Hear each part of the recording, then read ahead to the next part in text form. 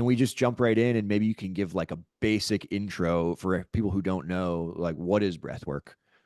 Yeah, so breath work is just the conscious manipulation of the breath. And whenever we're breathing in a certain way, whether we're breathing for deeper relaxation or easing stress and anxiety, or if we're breathing in order to create more activation, create more connection to our bodies and even our friends and family or our community, or if we're breathing to release stuck energy from the body, heal trauma, it the breath can do it all. And so it's all about understanding how to breathe and when to breathe in that way in order to create these really beautiful results that we can create with breath work. So the simplified definition is consciously manipulating the breath in order to create a certain state change or a certain result with your health and well-being. Yeah. I have trouble explaining it to people because I've done it before and I really like it. And when I do it, I feel very it's hard to describe. Like I feel lighter. Like I Hmm. feel actually a little bit less stress and I Hmm. feel just more present. Like I'm Hmm. more in the now and I'm less in the worrying about the future or the past. But I have a lot of trouble describing it to people when they ask me because when I do it, I go to like a facilitated breathwork session. Hmm. It's to put it in like layman's terms, it's like laying on the floor and hyperventilating. Yeah. Um, so how how does this result in a benefit? Yeah. So the type of breath work that you're describing is very likely like a transformational style. And there's many different forms of this type of breath work. We call it the freedom technique, right? And there's many different types of this style of breath work. It originated with Stanislav Grof with holotropic breath work out of Esalen in California when they were really working to create or um, have an experience, share an experience that was similar to an LSD journey, but doing it strictly with the breath. And since then, many different forms of this breathwork have emerged, including shamanic breathwork, transformational breathwork, and the style that I've created called sonic neural breathwork. And so, whenever you're doing this style of breathing, you're doing what's called circular diaphragmatic breathing. It is a form of hyperventilation, um, but it's intentional, right? Breathwork is intentional manipulation of the breath. And whenever we do it, we actually slow down blood flow to the frontal lobes of the brain. And so the prefrontal cortex, this is where the thinking mind and the ego tend to live and exist. And so whenever this happens, we go into this trance induction. It's called transient hypofrontality. And so whenever the blood flow slows down to the frontal lobes, we go into trance state. When we go into trance state, the body intuitively begins to heal itself. So any stuck energy that you have, whether that is an energy that is stuck from a traumatic experience from your past, or if it's just energy that's been built up over time, right? It's all stuck energy from traumatic experiences, but whether that's a single incident or multiple incident trauma, that energy has to move somewhere. And we're not very good at emoting. We're not taught how to emote in the modern Western world. And so that energy gets stuck in the fascia and then gets stuck in the body. And it's manifesting in the subconscious mind. So, all right, it's also in the subconscious mind and it's kind of dictating how we behave.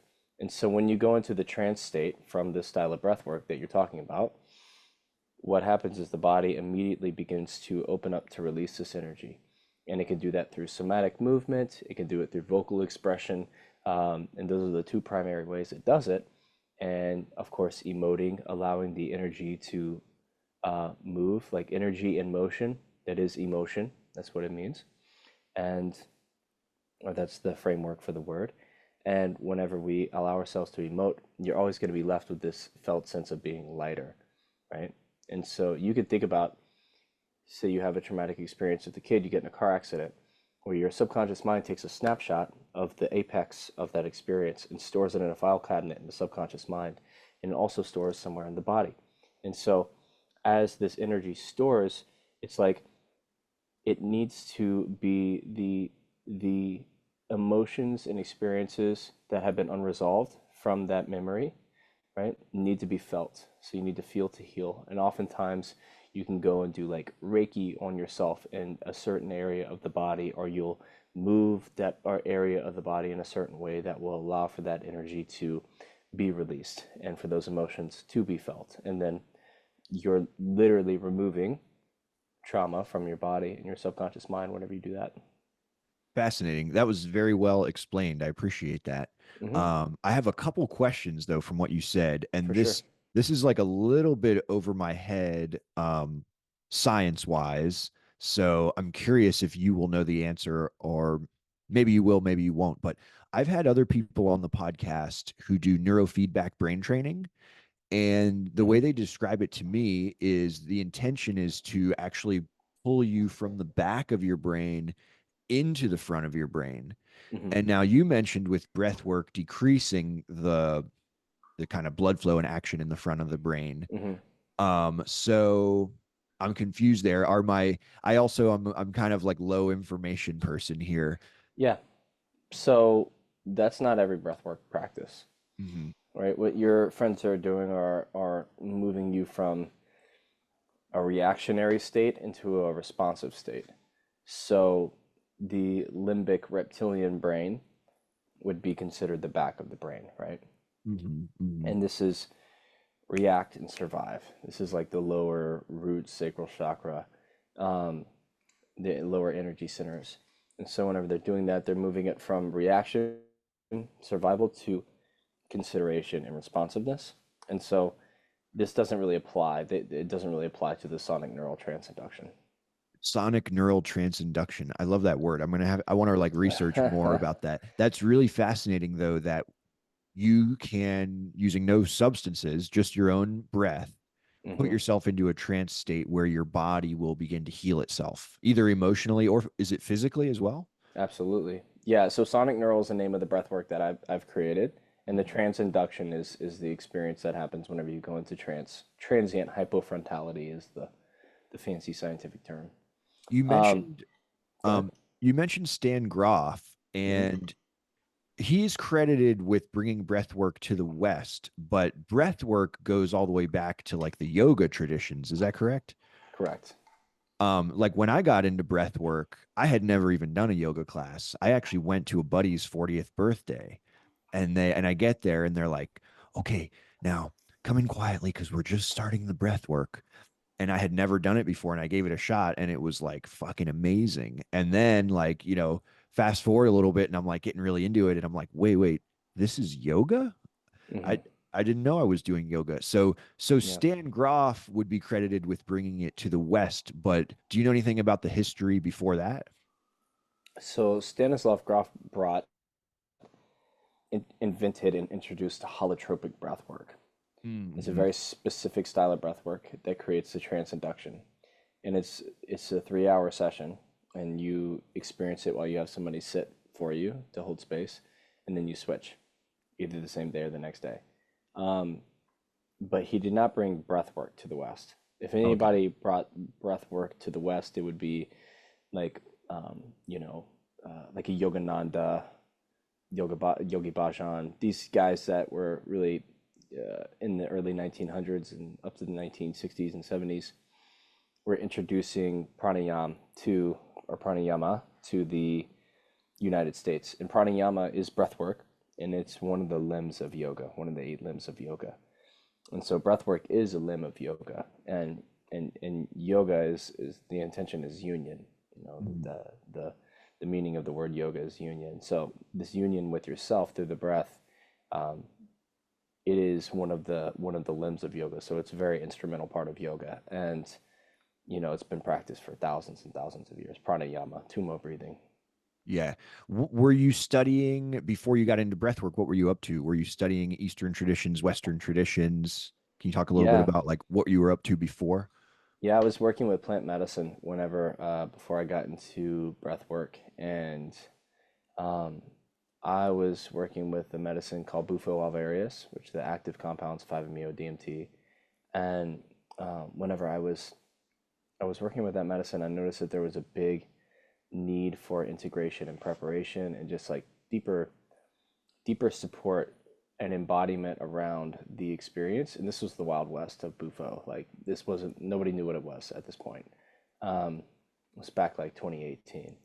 And so whenever I realized that this need was really huge, I left that community and I went to Asia to study and did some work over there and eventually found, I went with the intention of studying breathwork and other modalities. And I found that breathwork was just like very versatile, very effective, very translatable online, in person, very accessible, and very empowering because you didn't need anybody to do it, similar to yoga.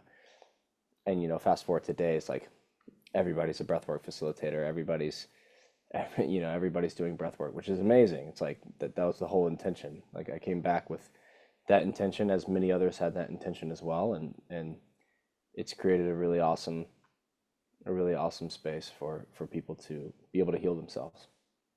Beautiful. Have you ever heard of David Elliott? Yeah, I know David. Do you know him? I read his book a couple years ago. Really enjoyed that. Nice. Yeah, David's Yeah. awesome. He's a great guy.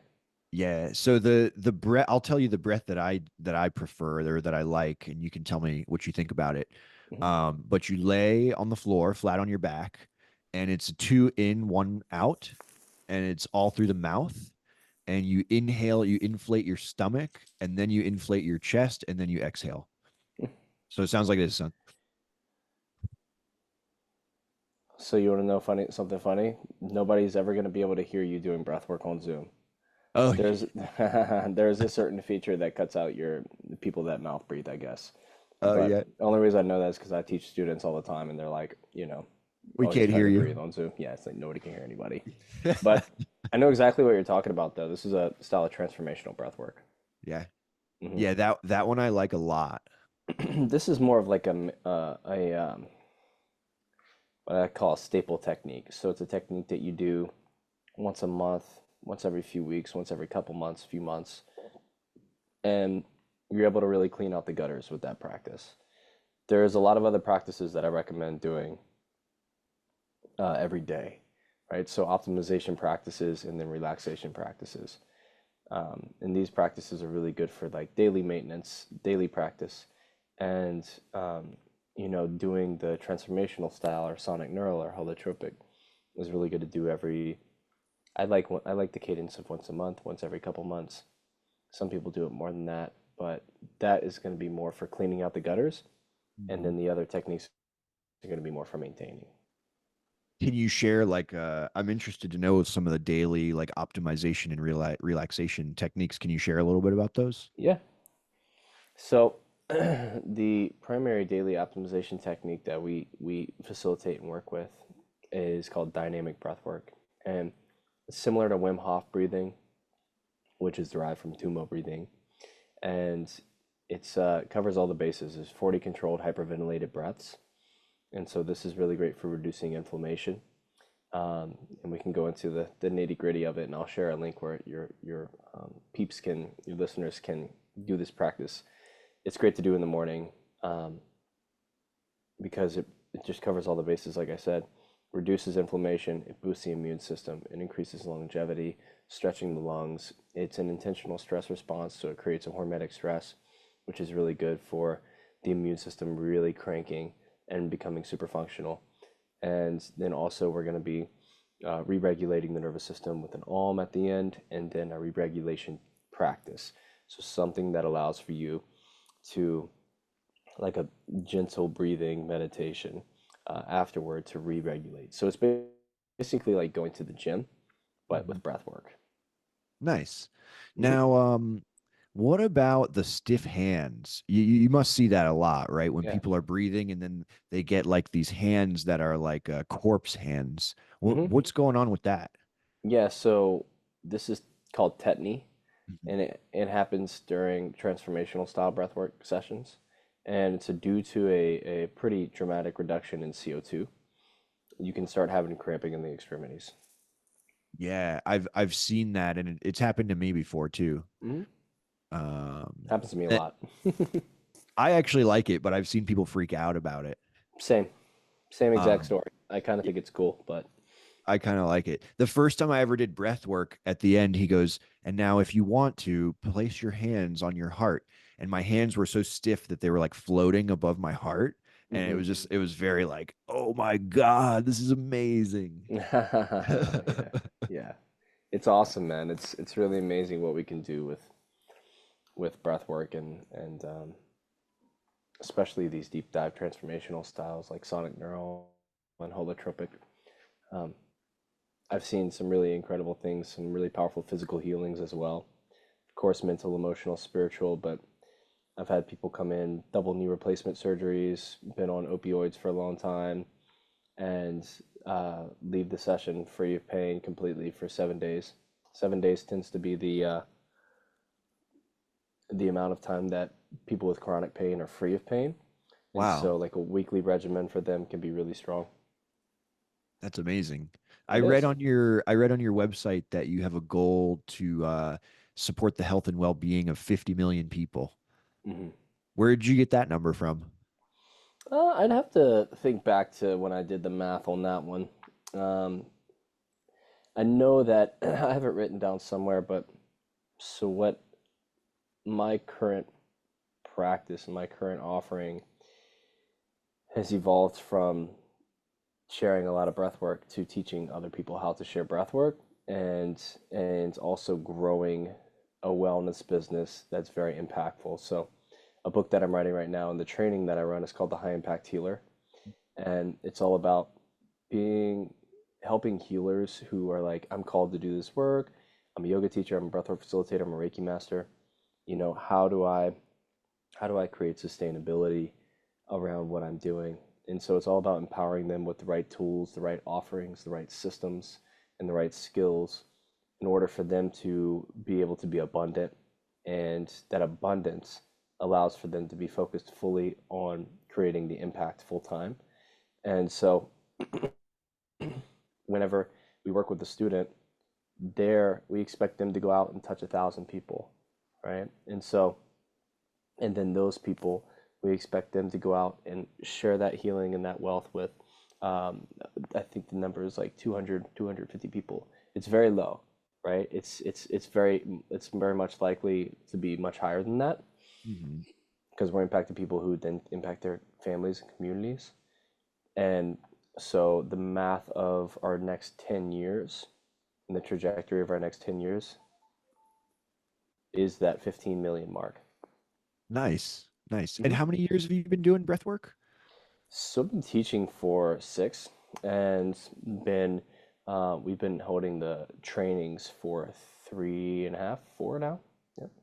Got you. And is that the trainings, is that the same thing as the Peaceful Warrior men's retreat, or is that something different?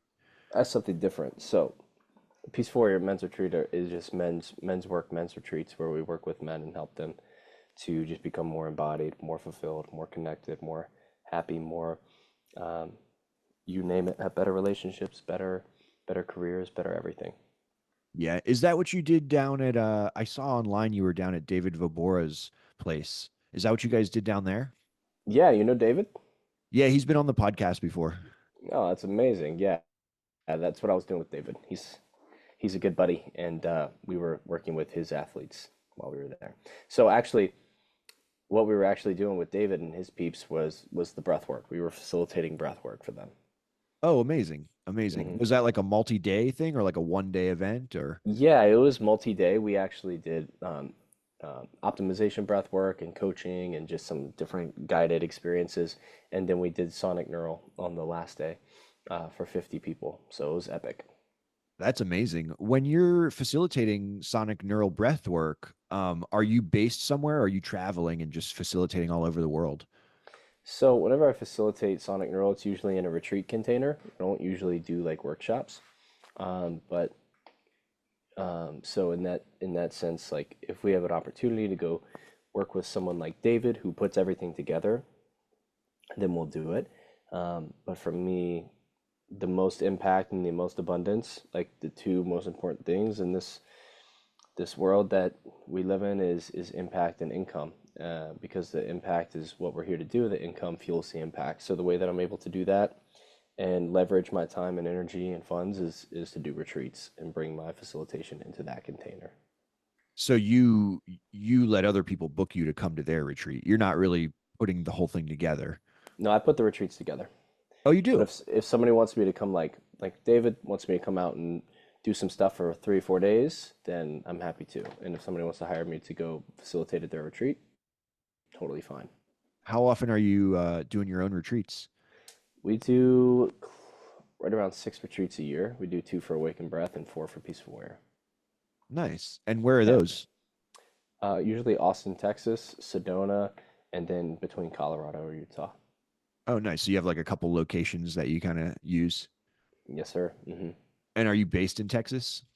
So based in Louisiana, but really at the end of the day, based between Texas, Sedona, and Colorado and Louisiana. Nice. Nice. hmm Is breath work pretty much all you do? No, I do a lot of things. Yeah, so I'm a big believer in being able to work with a lot of different modalities and create your own unique approach with those modalities, your own unique offerings. So obviously do men's work. Um, so I do men's work and work with men and help them in their embodiment and purpose and passions, as well as I'm a certified yoga teacher. I do hypnotherapy, NLP, and some fancy modalities that have fancy names. So I work with a lot of different things that help to integrate everything together in one place. But really, at the end of the day, it's about getting down to the root of what you're experiencing and discovering where that root is and uprooting it and clearing space and emptying the cup and resetting the nervous system and having a safe space to do that and a safe like location to feel and heal. And then once the cup is empty, then you can begin filling that cup with the things that are really beneficial and actually desired by the person. And usually it takes that person getting out of their environment and into a retreat environment for 3 to 5 days in order for them to be able to do that. So, Got you. Got you. So I have a lot of like alternative healing modality people on the podcast. mhm. So let's say someone goes through and they do a lot of breath work and they're like doing all this healing. And then, do you ever run into like someone in your life or maybe someone like someone's peers is like, haven't you done enough healing? Like, at what point are you like healed? And then, like, are you done with breath work then? Or like, what is the next evolution if you've kind of healed your stuff? Hmm. Yeah, man, there's always, I can only speak from my personal experience of myself and what I've seen in others. And the layers of healing that are taking place in this lifetime for everyone is are vast, right? There's Mhm. there's a lot of layers. We're living in a very special timeline right now that we have an opportunity in which we have an opportunity to do healing for many lifetimes before the generational healing that we're doing for mothers and fathers from the epigenetic um, hand me down that we've received from them. And then, of course, our own healing from the trauma that we've experienced in this lifetime. So, for someone to say, like, haven't you done enough healing is like, a bit of gaslighting and a bit of a reflection of their own internal um, struggles or challenges with what they're going through, So, Well said. yeah, I think that for me, it's like breath work makes you feel good. It's not just about healing, it's about feeling good. Like men's work, men's retreats is about feeling good. Like, yeah, you're there healing, but the byproduct is what we're really all like seeking. It's like feeling good in our bodies, feeling happy, feeling fulfilled, feeling peaceful. And breath work enhances your vibration and allows for you to experience a higher quality of life while you're here living. And so that's why we do breath work. Of course we do it for healing as well, but the breath work is there to help us remember who we are and give us spaces of stillness, just like having a cigar is for the same thing, you know, making you slow down and just be and enjoy life and like step back and smell the roses. I appreciated what you said. I thought that was very well said about like people who are, questioning if you've had enough healing yet. You mentioned that you were working with some of the plant medicines prior to breath work. Just out of curiosity, did you ever run into that? Like anyone in your life being like, "Hey, haven't you healed enough? Like when does it all end?" Yeah, for sure. I mean, plant medicine space is full of people like that, man. It's still very taboo, even though I think, I live in LA, so it's very, very popular here, but I think it's also simultaneously very taboo. Yeah, man, the West is so,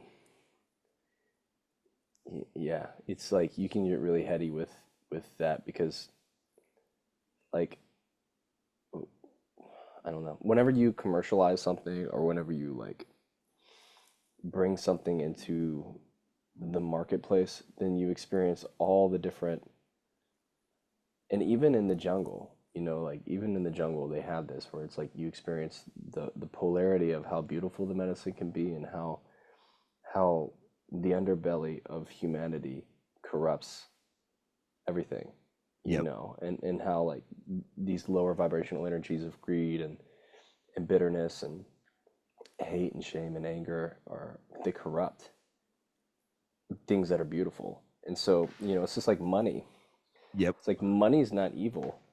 It's what you're calling evil is like greed. Greed is low vibrational energy, and people that are really greedy that have all the money and won't like share the money with people who really desperately need it, um, and just have hundreds of millions of dollars and they're just hoarding it. It's like that's the problem. Whenever you put the money in the right people's hands who are donating to charities and like creating impact with their influence and investing in a business that creates impact and helps people, then money becomes a beautiful thing. It becomes a really positive energy. Just like if you put ayahuasca in the hands of somebody who wants to manipulate people, then it becomes evil. Ayahuasca is not evil, but the person's intentions and their wounds, are what's creating that experience. But if you put it in the hands of, a really powerful uh, curandero who has really beautiful intentions, then it becomes the thing that everybody knows and loves and like wants when they think of Yeah. ayahuasca. Like, I want the ayahuasca experience. It's like, well, do you? Because it's probably what you want is a good experience, So Yeah, yeah. I find it interesting because I have a lot of like alternative healing modality conversations on the podcast, and bringing these practices to the West. I think a lot about because these practices can be quite spiritual in nature, and then combining spirituality with like Western capitalism. It's just a very interesting thing to witness. I think yeah, sometimes people can come in with completely pure intentions, and then like money and power tends to create a vacuum. And like human sort of lower human feelings kick in, and people want to have more money and more power. So just something that I contemplate as I talk to people about all these practices, and as these hmm practices are going to probably, I consider them mainstream already, but I guess you could say they're becoming mainstream. Um, they definitely are. And you know, like having there's a lot of people doing it in a really really good way. Like I like to think that we're doing it in a really good way. And there's a lot of people who are monetizing this work in a beautiful way. And it's an amazing thing because like whenever you monetize it in the right way, it's like that person who has, $1,000 sitting in their checking account that's losing value every single day can exchange that $1,000 for a really powerful life-changing experience with someone. It's a really, no-brainer, um, beneficial exchange for the person who's receiving the help and support from the practitioner.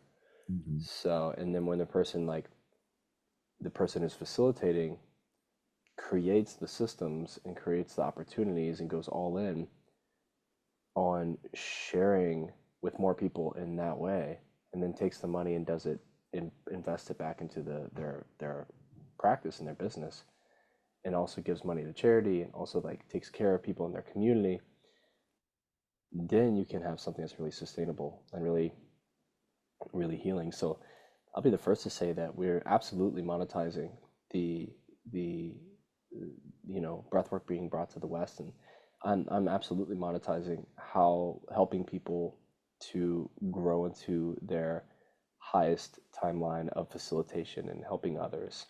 Um, and also, I am reinvesting in doing that, creating impact, and also donating to charities and supporting my community when I can. And I'm also living I'll go to Italy tomorrow, also living the lifestyle that I want to live. And this is what I like to teach. It's like, that's okay for you to do that. It's perfectly fine. There is a marketplace for all of it. And as long as your intentions are pure and you're not corrupted by greed or your ego isn't running the show, right? Then it can be a really beautiful thing. You could do it really sustainably. People that are, I know people who are, their ego is running the show and they're facilitating plant medicine. There's a lot of egos running the show in the plant medicine world, and they're on their way to Humble City because it's going to happen sooner or later where their ego is just absolutely destroyed and they're very humbled. And that's happened to me dozens, if not hundreds of times. Wow. So that's the only reason why, starting with plant medicine was good because I was just evaporated and incinerated and remembered, re-put back together. Plant medicine, my relationship with my partner, my experiences with my brothers who have held me accountable. It's like you need humbling moments if you're going to be a leader and a facilitator and a healer. Yeah. You need to recognize that it's not about you. It's about everybody else. It's about being a an antenna for God, right? A vessel for that good source energy, that good prana. And once you realize that and you give it up to God and you trust the universe and you trust God and you trust the flow and you do all that you can to be in service in a way that's in full alignment with who you are, then you get that momentum and the momentum will carry you. And that's where I am today and that's where I've helped many people get to. Um, and that's the intention, is to help a lot of people get to that place. Yeah, I feel like ever since like 2020, everyone's just trying to live. People, it came in more into focus of like, I want to live how I want to live, and I don't want to waste time doing things that I don't care about.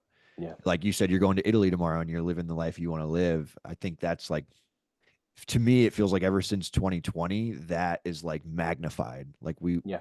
more people just want to like live how they want to live and do what they want to do and be happy and like, not deal with the normal bullshit that we were told is Yeah. supposed to be how it is. Yeah.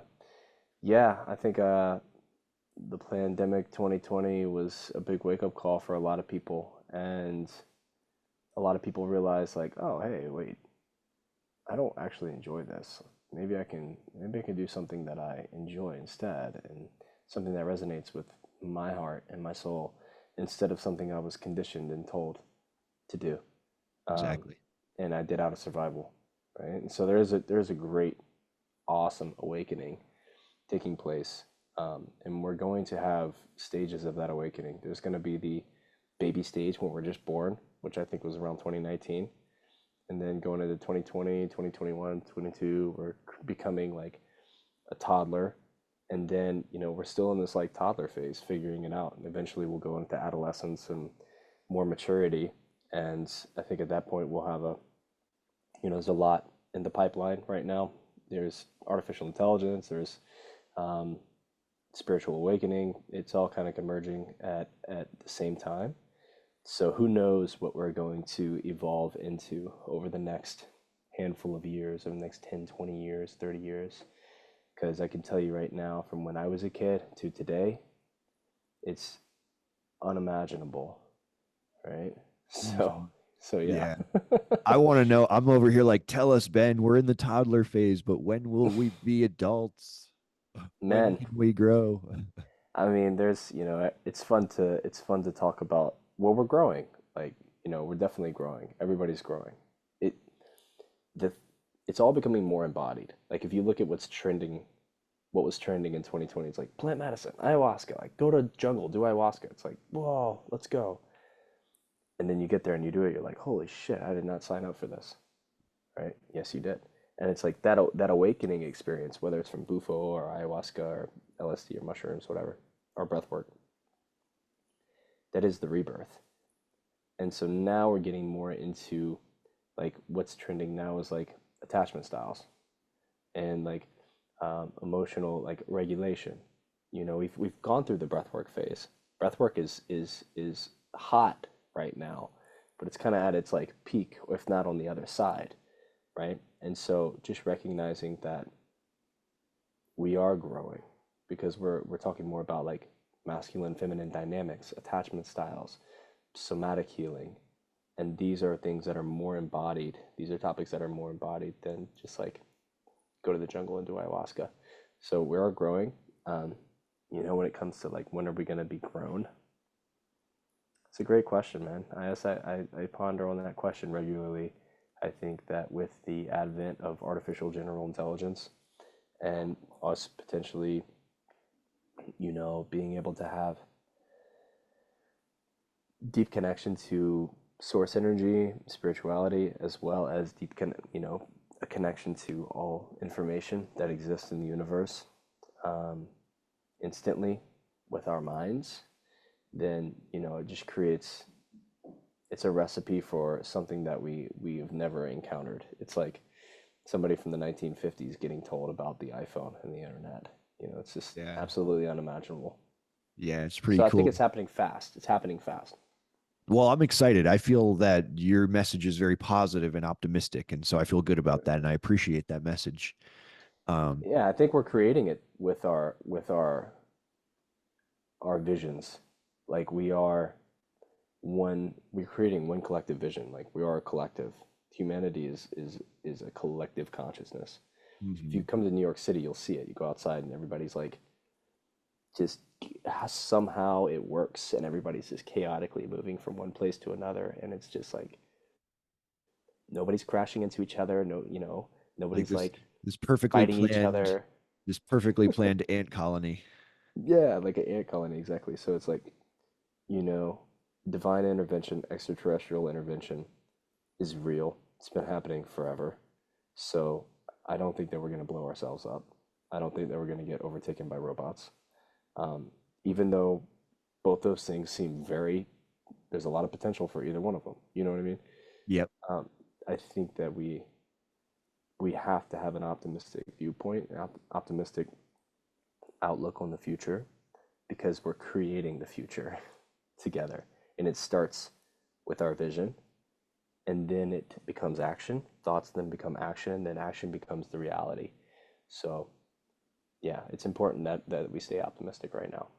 Yeah, beautiful. I want to share real quick. I don't know if you've heard of this study, but a minute ago we were talking about like when's the healing end, and then you were talking about well, there's actual generational trauma, and you're actually Hmm. you can be passed down trauma through genetics. And I Hmm. just wanted to share. I don't know if you've heard of this study, but I want to share so the audience, anyone in the audience who's like questioning it, like this, what you're talking about, they did a study with rats where they would emit the scent of rose blossom and then they Hmm. would electrocute the rat after it smelled the rose.